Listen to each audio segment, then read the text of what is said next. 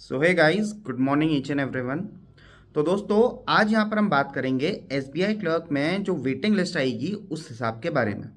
अब देखिए दोस्तों, आप सभी लोगों को पता है कि 23 को इन सभी लोगों की, जिनका भी एसबीआई क्लर्क में सिलेक्शन हुआ इस बार, उन सभी लोगों की ज्वाइनिंग हो गई।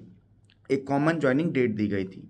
कुछ लोगों ने ऑब्वियसली ये एक्सटेंशन लिया है, बट यूजुअली जो मैक्सिमम लोग हैं उन्होंने ज्वाइन कर लिया है 23 जुलाई को। अब इसके बाद आप सभी लोगों के दिमाग में आ रहा होगा कि सर वेटिंग लिस्ट कब आएगी, क्योंकि इससे पहले, जैसे कि आप सभी लोगों को पता होगा, जब हम लोगों का सिलेक्शन हुआ था उसके बाद 3 वेटिंग लिस्ट आई थी। एक तो जिनका सिलेक्शन हो गया, और उसके बाद 3 वेटिंग लिस्ट आई थी अलग अलग टाइम ड्यूरेशन के बीच में।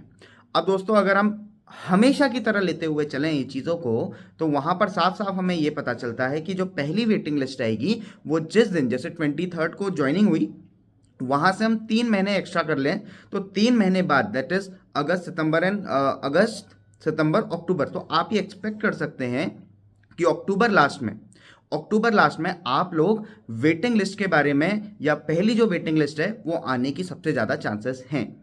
तो वहीं दोस्तों, उसके बाद जो सेकंड वेटिंग लिस्ट है वो उसके 2 महीने या 2.5 महीने बाद आने की चांसेस रहती हैं, और जो लास्ट वेटिंग लिस्ट, जो कि थर्ड वेटिंग लिस्ट होती है, वो उसके भी नियरली 2 महीने के आसपास हमें देखने को मिलती है। ये हमारे प्रीवियस ट्रेंड्स के जिस हिसाब से हमने देखा है उस हिसाब से ये चीज़ें रही हैं।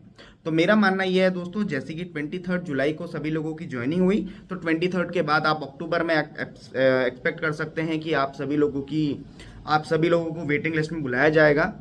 अब बात करते हैं कि सर कितने मार्क्स तक हम एक्सपेक्ट कर सकते हैं। देखिए, डिपेंडिंग अपॉन डिफरेंट स्टेट्स, अलग अलग स्टेट्स की अगर हम बात करें तो उस स्टेट्स के हिसाब से दोस्तों, पहली वेटिंग लिस्ट जो है वो 1 से 1.5 मार्क्स तक भी जाती है।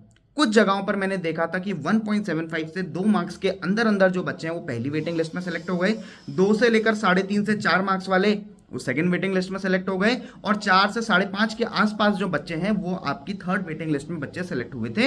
ये मैक्सिमम मैं एवरेज लेते हुए चल रहा हूं। अब दोस्तों, कहीं कुछ जगह तो ऐसा भी हुआ था कि 0.5 मार्क्स तक वाले बच्चों का ही सिलेक्शन हुआ फर्स्ट वेटिंग लिस्ट में, एंड ऑन।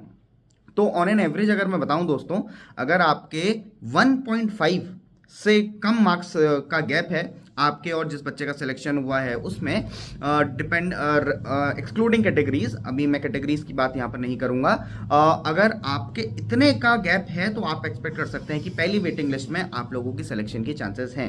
अब कुछ जगह पर बच्चे कहेंगे सर मेरे पास 0.25 है। जिन बच्चों का 0.25 है, आप तो कंफर्म समझिए कि आपका रिजल्ट आना ही है, क्योंकि एसबीआई वेटिंग लिस्ट लाएगा ही लाएगा, और वेटिंग लिस्ट आएगा तो सबसे पहले आप ही लोगों का सिलेक्शन होगा।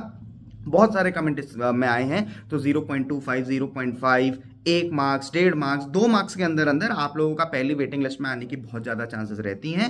तो बेस्ट विशेज आप सभी लोगों को, और बाकी लोग जो 5 मार्क्स के अंदर अंदर हैं, आप एक्सपेक्ट कर सकते हैं। देखिए, श्योरिटी तो है नहीं ऑब्वियसली, बट आप एक्सपेक्ट कर सकते हैं कि yes, you can get into SBI in the waiting list, may be on the second waiting list और may be on the third waiting list. अब वो तो दोस्तों टाइम ही बता पाएगा कि किस तरीके की चीज़ें रहेंगी, बट फिलहाल पहली वेटिंग लिस्ट 3 महीने बाद, उसके 2 से 2.5 महीने बाद सेकंड वेटिंग लिस्ट, और उसके 2 से 2.5 महीने बाद आपकी थर्ड वेटिंग लिस्ट। जिस हिसाब से एसबीआई का चलते आ रहा है कि 3 वेटिंग लिस्ट वो निकालता है, तो उस हिसाब से ऐसी चीज़ें रहती हैं। तो और कोई क्वेश्चन होंगे दोस्तों तो आप कमेंट सेक्शन में पूछ सकते हैं। बाकी मिलते हैं दोस्तों नेक्स्ट वीडियो में।